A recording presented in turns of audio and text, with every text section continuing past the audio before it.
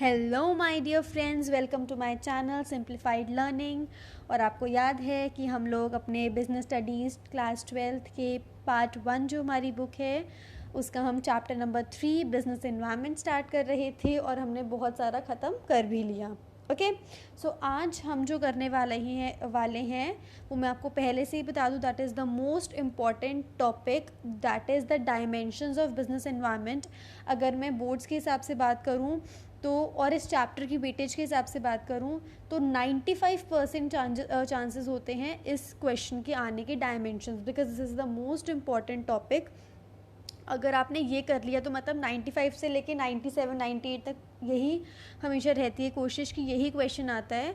1-2% के चांसेस होते हैं कि कुछ और पूछ ले, फीचर्स इंपॉर्टेंस कुछ और पूछ लें या ग्लोबलाइजेशन पूछ लें, जो हम नेक्स्ट लेक्चर में करेंगे।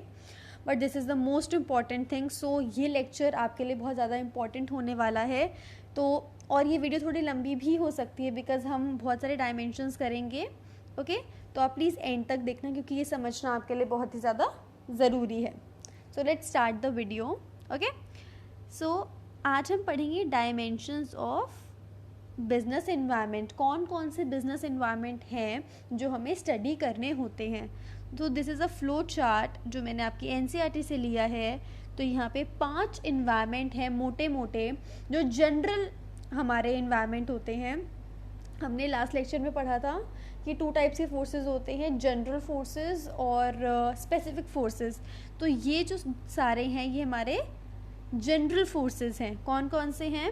Economic environment, social environment, technological environment, political and the legal. हम इसी सीक्वेंस में पढ़ेंगे इनको, ठीक है। सो फर्स्ट स्टार्ट करते हैं अपना, थोड़ा इसे जूम कर देते हैं, आपको बेटर दिखेगा। तो the first environment we are going to study is the economic environment. इस इन्वायरमेंट का मतलब होता है वो सारी चीज़ें, वो सारे आपके एक्सटर्नल फोर्सेस जो आपके बिजनेस को इकोनॉमिकली हैम्पर कर रहे हैं, दैट मीन्स जो पैसे से रिलेटेड हैं। ओके, जैसे एग्जांपल दिया हुआ है, interest rates, inflation rate, change in the disposable income of people, stock market and the value of rupee are some examples of economic factors that can affect the management practices in a business environment। तो वो कह रहा है example के तौर पे interest rate, जो bank interest charge करता है लोन्स पे या हम इन्वेस्टमेंट पे हमें जो इंटरेस्ट मिलता है उसमें कोई चेंजेस आना, या इन्फ्लेशन रेट आपको पता है चीज़ों के जो गुड्स के जो प्राइस है वो बढ़ जाना, उसे बोलते हैं इन्फ्लेशन रेट होता है। इन्फ्लेशन बढ़ गई उसकी वैल्यू, या चेंज हो रही है इनकम, पीपल जो लोग हैं उनकी इनकम बढ़ रही है, कम हो रही है, स्टॉक मार्केट फ्लक्चुएट हो रहा है, या वैल्यू ऑफ रुपी बढ़ रही है, कम हो रही है। वैल्यू ऑफ रुपी डॉलर के टर्म्स में, ठीक है। क्योंकि अगर वैल्यू ऑफ रुपी कम हो रही है, जैसे आप मान लो, आप एग्जाम्पली आपको आगे जाके जब आप ग्रेजुएशन वगैरह करोगे तो आपका काम आएगा, और इकोनॉमिक्स में इसका थोड़ा ज़्यादा रेलेवेंस है। बट मैं आपको अभी बता देती हूँ शॉर्ट में कि अगर एक कमोडिटी है वो आपको अभी 5 रुपीज़ की मिल रही है, बट अब उसकी वैल्यू 7 रुपये हो गई है, तो पहले हमें उसी कमोडिटी को ख़रीदने के लिए 5 रुपये देने पड़ते थे और अब हम उसी कमोडिटी को ख़रीदने के लिए उसे 7 रुपये दे रहे हैं। तो मतलब हमें पैसे ज़्यादा देने पड़ रहे हैं उस कमोडिटी को ख़रीदने के लिए, ठीक है। तो वैल्यू जो रुपये की थी वो कम हो गई, अब वैल्यू पैसे की कम हो गई तो अब हमें ज़्यादा पे करना पड़ रहा है ना। तो अगर वैल्यू की अमाउंट में, उसकी वैल्यू रुपये की वैल्यू में कुछ भी बदलाव आता है, चेंजेस आते हैं, तो ये हमारे बिजनेस को हैम्पर कर सकता है, या अपॉर्चुनिटी भी दे सकता है, थ्रेट भी दे सकता है, दोनों चीज़ें हो सकती हैं। Okay, short and long term interest rates significantly affect the demand for product and service। वो कह रहा है कोई भी इंटरेस्ट रेट है, चाहे शॉर्ट टर्म लोन पे या शॉर्ट टर्म या लॉन्ग टर्म इंटरेस्ट रेट है, ये दोनों चीज़ें ही बिजनेस के जो डिमांड है प्रोडक्ट को, उससे बहुत फ़र्क पड़ जाता है। जैसे आप एग्जांपल के लिए लोग इन्वेस्टमेंट करते हैं, अगर उन्हें ज़्यादा इंटरेस्ट रेट मिलेगा तो ज़्यादा इनकम होएगी, उनकी ज़्यादा इनकम होगी तो डिमांड बढ़ेगी गुड्स की। वहीं अगर पैसा लोगों के पास कम है तो डिमांड कम होएगी। तो ये सब फ़र्क पड़ता है, ये सब हमारे इकोनॉमिकल एनवायरनमेंट का पार्ट है। Next point it says, for example, in case of construction companies and automobile manufacturers, low longer term rates are beneficial because they result in increased spending by customer for buying homes and cars on borrowed money. वो कह रहे हैं जो loans वगैरह मिलते हैं वो कम interest rate पे मिलते हैं, बिकॉज इससे क्या होएगा, कम इंटरेस्ट पे होएगा तो लोग ख़रीदेंगे कि भाई इंटरेस्ट हमें कम देना पड़ेगा, तो लोग कार्स वगैरह ज़्यादा परचेज़ करेंगे. तो होम हो गया, होम लोन पे कम इंटरेस्ट होता है कि कम इंटरेस्ट आपको भरना है. तो ये सब हमारे इकोनॉमिक जो इकोनॉमिक से रिलेटेड है, ये उस इन्वायरमेंट का पार्ट बनता है. Next point it says, similarly a rise in the disposable income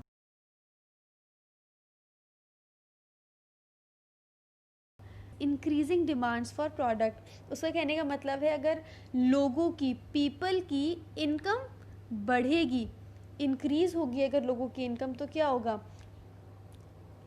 demand बढ़ेगी. किसकी डिमांड बढ़ेगी, जो भी सामान है, प्रोडक्ट की, गुड्स की, सर्विसेज की, इन सब की डिमांड फिर बढ़ जाएगी.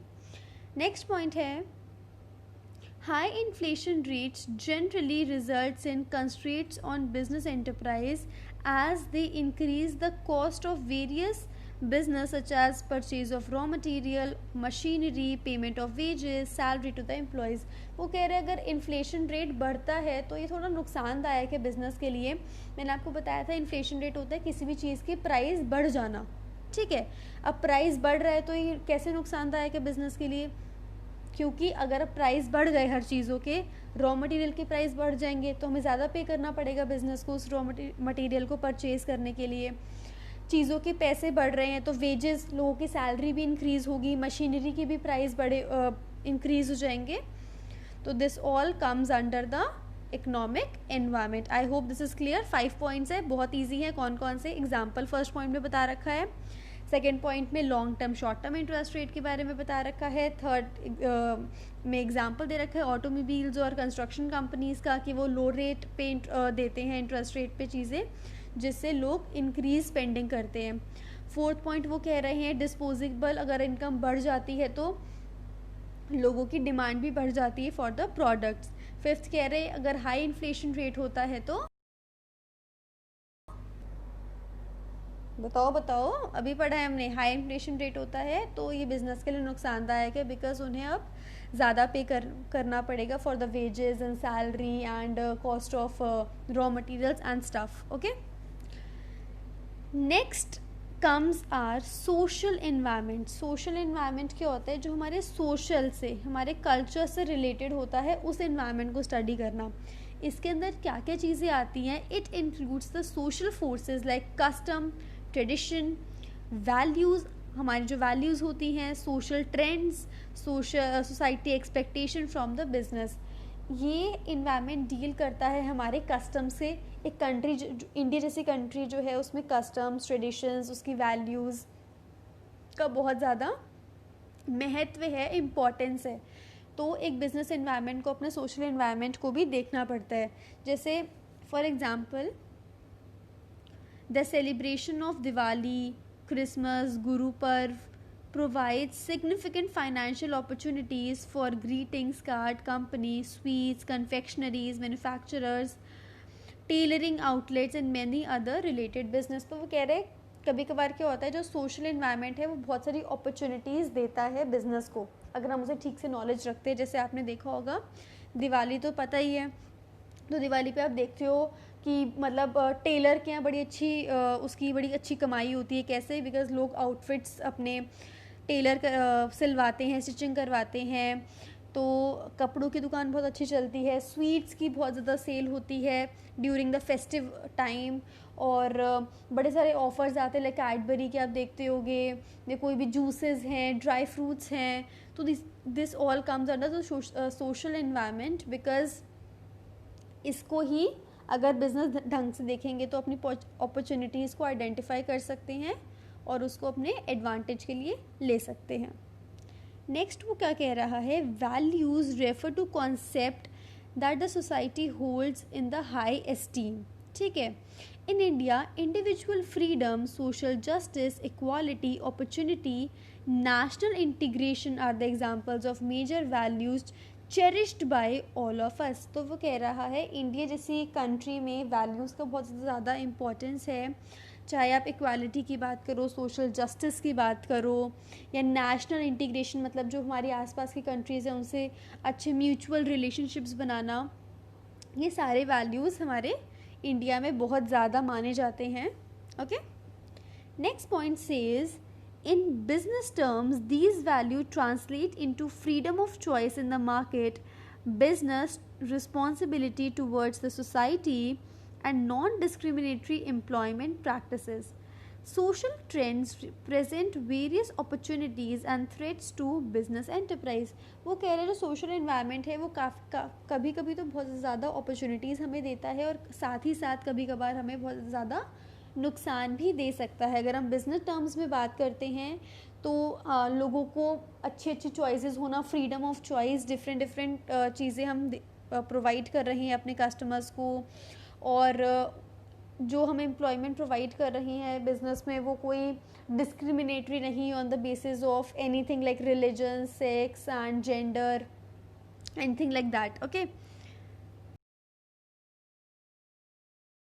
is, for example, health and fitness trend has become very popular among large number of urban dwellers. This has created a demand for product like organic food, diet, soft drink. तो वो कह रहे हैं आज के टाइम पे भैया कोई इंसान खाने के लिए चाहे हो चाहे ना हो, वो अपनी डाइट को लेके, अपने फिगर को लेके बड़ा ही कॉन्शियस रहता है। तो उस केस में जिस इंसान को इसकी, जिस बिज़नेस को इसकी समझ आ पा रही है नीड कि क्या मतलब आजकल के लोगों की डिमांड क्या है, तो वो उसके अकॉर्डिंग ही अपने प्रोडक्ट्स मैन्युफैक्चर करेगा, तो वो उसके लिए एज अ अपॉर्चुनिटी क्रिएट होएगी और वो उसके लिए बहुत बेटर हो सकता है। ठीक है, और कुछ लोगों के लिए हार्मफुल भी है, कुछ लोगों के लिए यूज़फुल है, जैसे डाइट की चीज़ें बना रहे हैं, लो कोलेस्ट्रॉल, लो ऑयल चीज़ें बना रहे हैं, उनके लिए अपॉर्चुनिटी है। और अगर मैं दूसरी तरफ देखूँ तो ये किस किस को हार्म करा है इसने, in other industries like dairy processing, tobacco, liquor. तो वो कह रहे हैं अगर हम टोबैको, लिकर लाइक ड्रिंक्स की बात करें, अल्कोहल की बात करें, या डेयरी प्रोसेसिंग्स की भी बात करें, अगर बटर की बात करें, तो लोगों ने बहुत ज़्यादा इसको कम कंज्यूम करना स्टार्ट कर दिया है। ठीक है, अब हमने सोशल भी ख़त्म कर लिया। नेक्स्ट आता है technological. Okay, so basically these are the points जो आपको याद होने चाहिए, बिकॉज आपके पास ऐसे स्ट्रेट अवे नहीं आएगा, आपको केस स्टडीज़ ही आएंगी और आपको उस केस स्टडी में आइडेंटिफाई करना पड़ेगा कि कौन कौन से इन्वायरमेंट की यहाँ पे बात हो रही है। तो आपको समझ आ गया कि इकोनॉमिक की बात हो रही है, जब आप कोई भी मॉनेटरी चीज़ों की बात हो रही है तो वहाँ पे इकोनॉमिक इन्वायरमेंट है। फिर हमने अगर कोई बात करी है सोशल वैल्यूज़ की, कस्टम्स की, ट्रेडिशंस की, these are the key words. अगर आपको ये वर्ड्स मिलते हैं तो दैट मीन्स वहाँ पे सोशल इन्वायरमेंट की बात हो रही है। नेक्स्ट आ रहा है हमारा टेक्नोलॉजिकल से हम समझ गए कि टेक्नोलॉजी की बात हो रही है, like which relates to the scientific improvements and innovations which provide a new ways of processing goods and service and new methods and techniques of operating a business। वो कह रहे हैं टेक्नोलॉजिकल इन्वायरमेंट का मतलब क्या होता है, ऐसी चीज़ें जो हमारी परफॉर्मेंस को इम्प्रूव कर रही हैं, ऐसी साइंटिफिक चीज़ों कि मतलब बदलाव आना, इम्प्रूवमेंट्स आना, जिससे हम और अच्छे गुड्स और सर्विसेज प्रोड्यूस कर पा रहे हैं using that new improved scientific innovation. Okay, like example से समझते हैं हम। Recent technological advances in computers, electronics have modified the ways in which the company advertise their products। आज के टाइम पे आप एडवर्टाइजमेंट ने देखो हद ही कर रखी है, क्योंकि इतने ग्राफिक्स आ चुके हैं, कंप्यूटर में इतनी ज़्यादा इनोवेशंस हो चुकी हैं कि पहले लोग कैसे एडवर्टाइज़ करते थे और आज कितने सारे मोड्स बन चुके हैं एडवर्टाइजमेंट के। ठीक है, तो कुछ लोगों के लिए अपॉर्चुनिटी है, ज़्यादा लोग एडवर्टाइज़ करते हैं अपने प्रोडक्ट को तो पॉपुलैरिटी बढ़ती है और लोग खरीदते भी हैं। Okay, next is airline companies have internet and web where customers can look for flight times, destinations, fare, book their tickets online। पहले के टाइम पे हर चीज़ पेपर पेन पे होती थी और आजकल हर चीज़ डिजिटल हो चुकी है, तो इससे बहुत लोगों को फ़ायदा हुआ है। This created as an opportunity for the business. अगर हर बिजनेस डिजिटल हो रहा है तो लोगों को बहुत ज़्यादा फ़ायदा मिल रहा है इस चीज़ से। ठीक है, I hope you are getting what I am trying to say. ये वो टेक्नोलॉजिकल एनवायरनमेंट है, ऐसे मेथड्स को यूज़ करना जिससे हम अच्छे प्रोडक्ट्स और सर्विसेज प्रोवाइड कर पा रहे हैं अपने कस्टमर्स को. Okay, so the last point is continuing innovations in different scientific and engineering fields such as lasers, robotics, biotechnology, food preservatives, medicine, telecommunication, and synthetic fuels have provided numerous opportunities and threats for many different enterprises. किसी भी environment की बात कर रहे हैं तो वो किसी के लिए अपॉर्चुनिटी होएगी और किसी के लिए वो एक एज अ थ्रेट बन जाएगा, एक नुकसानदायक चीज़ बन जाएगी. तो इसकी इंफॉर्मेशन होना, इसकी नॉलेज होना इसलिए बहुत ज़रूरी है. आप टेलीकम्युनिकेशन में देख लो, मेडिसिन में देख लो, फूड प्रिजर्व में देख लो, बायोटेक्नोलॉजी में, रोबोटिक्स में देख लो, किसी भी चीज़ में देख लो. अगर एडवांसमेंट हो रही है तो किसी को वो फ़ायदा कर रही है और कहीं ना कहीं किसी को वो नुकसान भी कर रही है. कुछ बिज़नेस के लिए वो अपॉर्चुनिटी है और किसी बिज़नेस के लिए वो एज अ थ्रेट भी है. Next comes are environment which is political environment. Political environment मतलब politics, polity. आपको पता है ना polity क्या होता है. It includes the political conditions such as general stability and peace in the country, specific attributes that elected government represents toward the business. तो वो कह रहे हैं पॉलिटिकल इन्वायरमेंट के अंदर हमारी जो पार्टीज़ जो रूल कर रही हैं हमारी कंट्री को या कुछ किसी स्टेट को, उसके बारे में यहाँ पे बात हो रही है. और वो लोग कह रहे हैं कि यहाँ पे पॉलिटिकल इन्वायरमेंट में we are studying about the political conditions की कौन सी पार्टी रूल कर रही है, क्या स्टेबिलिटी है, क्या एटीट्यूड है उस गवर्नमेंट का टूवर्ड्स द बिजनेस, क्या वो बिजनेस सपोर्ट है, क्या वो गवर्नमेंट सपोर्टिव है उस बिजनेस के लिए. ठीक है. The significance of political predictability of business activity under the stable political condition. तो सबको यही लगता रहता है कि मतलब जो भी गवर्नमेंट आए वो बिजनेस की एक्टिविटीज़ को सपोर्ट करे, और अगर अनस्टेबल होगी तो ऑब्वियसली लॉ और ऑर्डर अगर चेंज होते रहेंगे तो बहुत दिक्कत होएगी कंपनी को अपनी एक्टिविटीज़, बिजनेस को अपनी एक्टिविटीज़ कैरी ऑन करने में. ठीक है. On the other hand, there may be uncertainty of business activity due to political unrest and threats to law and order. वो दूसरी तरफ कह रहे हैं अगर पॉलिटिकल अनरेस्ट है, बार बार पार्टीज चेंज हो रही हैं, लॉ और ऑर्डर अलग अलग बार बार जो पार्टी आ रही है वो अलग अलग लॉ एंड ऑर्डर बना रही है, तो इससे क्या होगा, बिजनेस एक्टिविटीज़ हैम्पर हो पाएंगी और वो ढंग से एज अ थ्रेट बन जाएंगे वो बिजनेस के लिए. ठीक है. Next is political stability thus builds up confidence among business people to invest in the long term project for the growth of the economy. Political instability can shake that confidence. The attitude of the government officials toward business may be either positive or has a negative impact upon the business. वो क्या बोल रहा है कि अगर political जो हमारी party है वो हमारी स्टेबल है अगर, तो इससे क्या होता है, कंपनीज़ का कॉन्फिडेंस बिल्डअप होता है. बिकॉज गवर्नमेंट आपको पता है इन्वेस्ट करती है लार्ज कंपनीज़ में, ह्यूज बिजनेसेस में, वो अपना पैसा इन्वेस्ट करती है to get the profit. Okay. तो अगर पॉलिटिकल स्टेबिलिटी है तो इससे ऑब्वियसली बिजनेस का कॉन्फिडेंस बढ़ेगा और वो अपना पैसा लॉन्ग टर्म इन्वेस्टमेंट कर सकेगी. ठीक है. और अगर दूसरी जगह पे अगर हम बात करें, अगर अनस्टेबिलिटी है, बार बार पार्टीज चेंज हो रही हैं, और तो इससे क्या होगा, बिजनेस का जो कॉन्फिडेंस है वो क्या होएगा, लूज़ हो जाएगा कॉन्फिडेंस उनका. वो लॉन्ग टर्म प्रोजेक्ट में अपने पैसे को इन्वेस्ट करने से घबराएंगे. ठीक है. और क्या हो सकता है, नुकसान हो सकता है, लॉस उन्हें बियर करना है. तो इसका मतलब यही है कि जो गवर्नमेंट है उसके एटीट्यूड पे डिपेंड करता है बिजनेस को लेके, चाहे वो पॉजिटिव हो सकता है चाहे वो नेगेटिव भी हो सकता है. ठीक है. पॉजिटिव है तो अच्छी बात है बिजनेस के लिए, नेगेटिव है तो दिक्कत है, एज अ थ्रेट है उनके लिए. For example, even after opening up economy in 1991 foreign compounded difficult to extremely difficult to cut. आपको पता है ना इकोनॉमी 1991 में क्या हुआ था, ग्लोबलाइजेशन इंट्रोड्यूस हुई थी, बाहर के एमएनसीज यहाँ पे आके सेटअप हुई थी, तो उससे बहुत दिक्कत हुई थी. मैं आपको इकोनॉमिक्स के लेक्चर जब मैं डालूंगी तो इसके बारे में हम डिस्कस ज़रूर करेंगे डिटेल में। तो अभी इसके नेक्स्ट लेक्चर में भी हम ग्लोबलाइजेशन के बारे में पढ़ने वाले हैं कि फ़ॉरेन कंपनीज़ कैसे आई थी और कैसे कंपटीशन हो रहा था इंडियन और फॉरेन कंपनीज़ के बीच में। ठीक है, तो this is all about the government की तो डिसीजन था ये वाला भी। ठीक है, ग्लोबलाइजेशन करना, प्राइवेटाइजेशन करना, लिबरलाइजेशन करना, जो हम नेक्स्ट लेक्चर में डिटेल में थोड़ा पढ़ेंगे। ओके, और बहुत इंटरेस्टिंग भी है वो, you really love it. So the last environment is legal.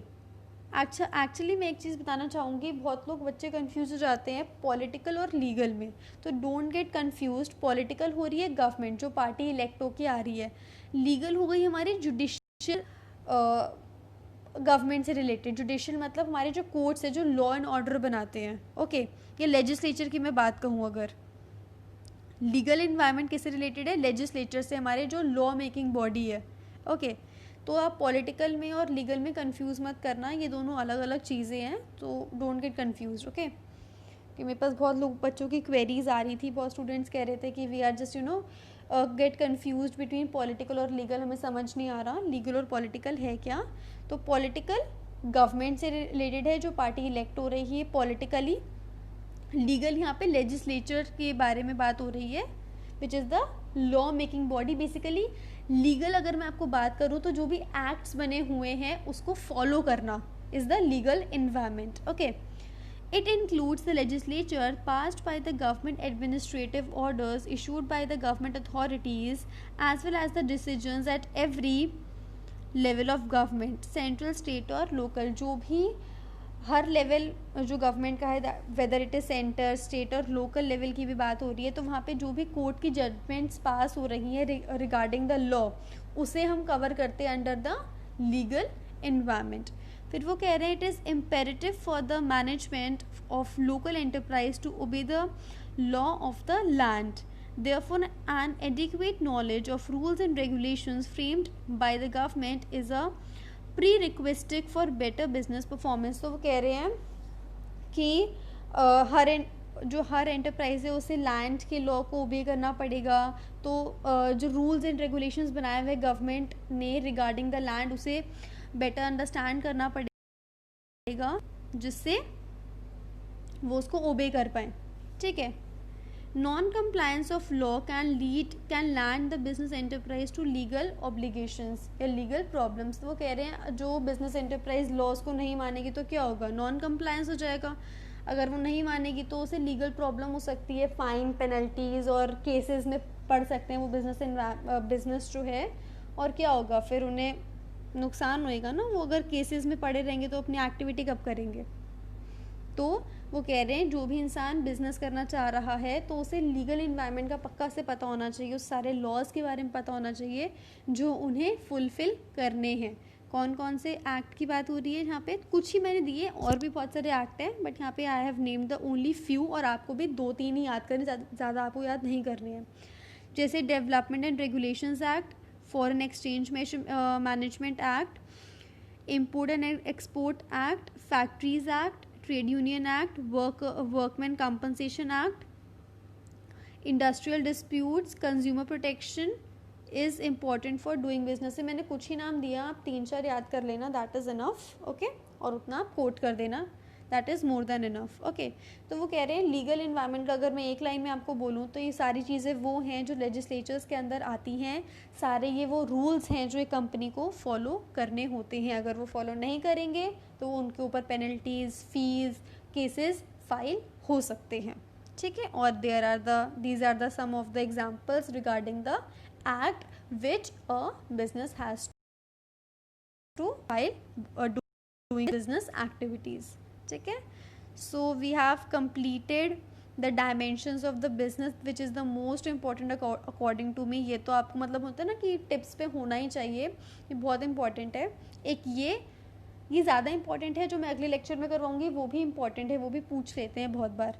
तो ये 5 एनवायरनमेंट हो चुके हैं, इकोनॉमिक, सोशल, टेक्नोलॉजी वाला, पॉलिटिकल और लीगल। तो ये आप एक बार पूरा अच्छे से सुन लिया, अब आप लोगों को समझ आ गया है। आई नो मैं थोड़ा एंड में रश अप हो जाती हूँ, थोड़ा मैं स्पीड में बोल देती हूँ। अगर आपको कुछ भी दिक्कत आ रही है तो डू लेट मी नो। मैं थोड़ा आराम आराम से, अगर आपको ज़्यादा लग रहा है कि एक बारी में बहुत ज़्यादा बड़ा लेक्चर है तो आप तब भी बता सकते हो। मैं इसको भी, एक लेक्चर को भी 2 में डिवाइड कर दूँगी, ठीक है। अभी भी आपको किसी भी पॉइंट में, किसी भी इन्वायरमेंट में दिक्कत आ रही है तो यू कैन कमेंट और मेल मी, मैं उसको दोबारा से एक्सप्लेन आपको डिफरेंट वे से ज़रूर करूँगी। और अगर आपको अच्छे से समझ आया है तो guys don't forget to share, like, subscribe to my channel for the more videos. Okay, thank you, bye bye.